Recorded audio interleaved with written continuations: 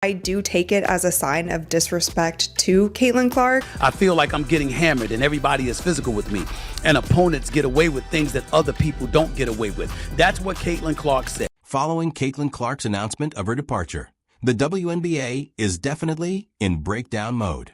From the United States, she was forced out due to severe bullying, ongoing injuries, and lack of league officials' protection. She's just not built for the physicality of this league.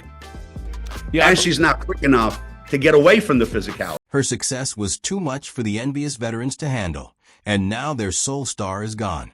I must say that this league would be impossible without her. She's the golden goose. We're discussing complete anarchy, fear, and breakdown mode. All because Caitlin Clark announced her departure from America and dropped the largest mic in the league's pitiful history. Yes.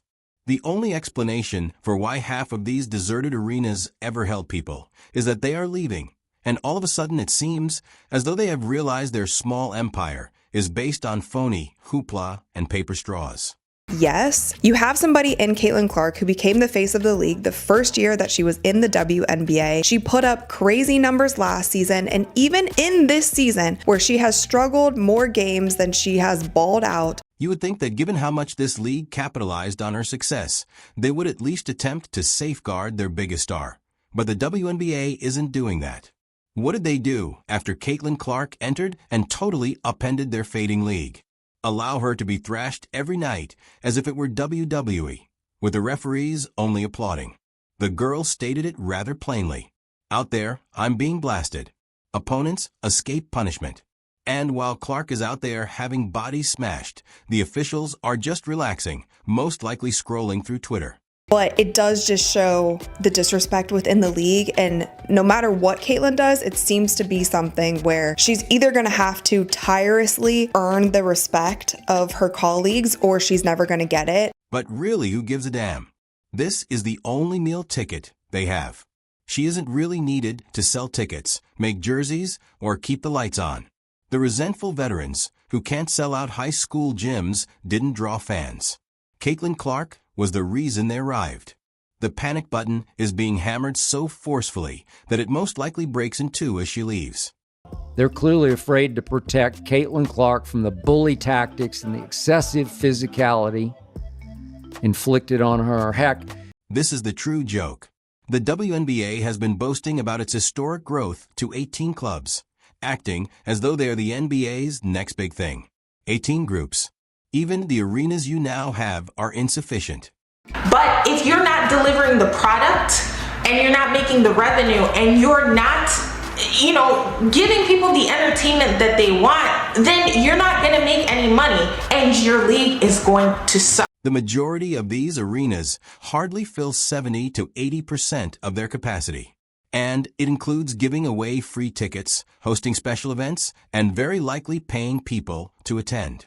However, let's include 5 more clubs in a league that makes more money than Ryan Reynolds makes horrible jokes in all of his films.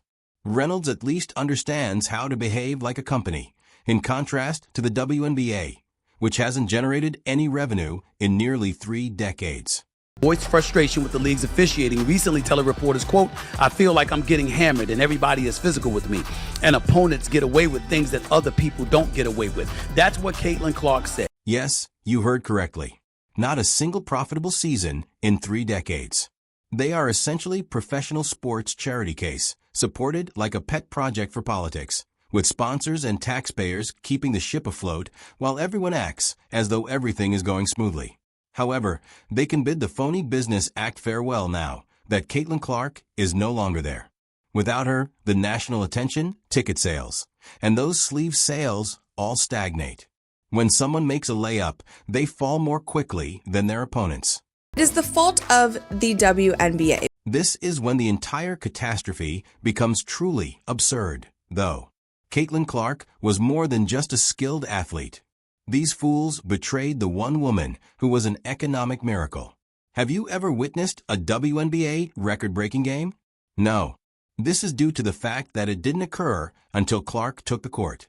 On average, Fever games drew around 17,000 spectators.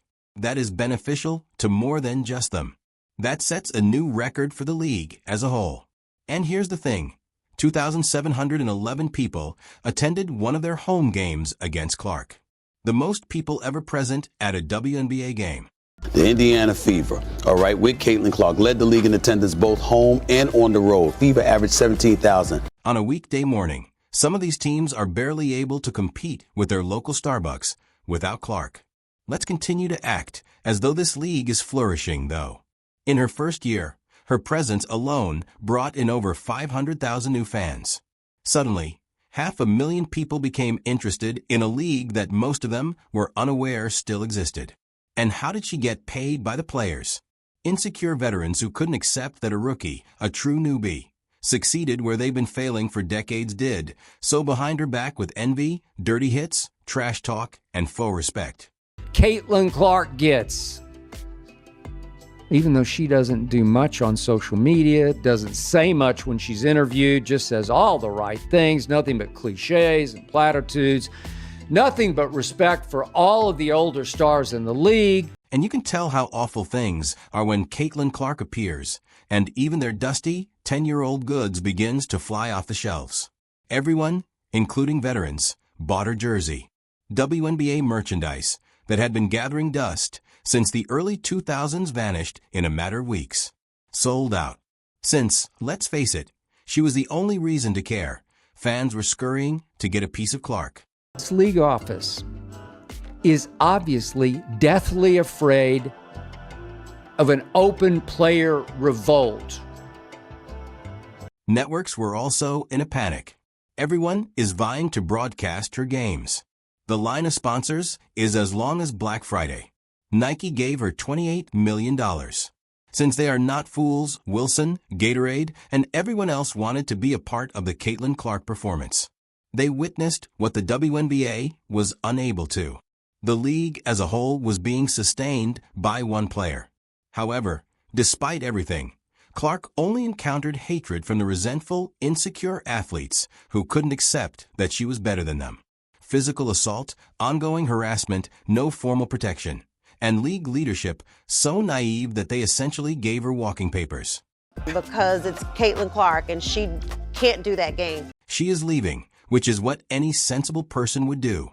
The WNBA is currently forced to watch its purported business fail, all because they couldn't tolerate a novice teaching them the ropes. The WNBA didn't simply ignore it.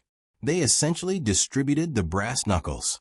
Their players, like the envious cruel gals they are, planned a verbal and physical smear campaign, all with the intention of destroying the lone rookie who prevented their careers from becoming completely obscure.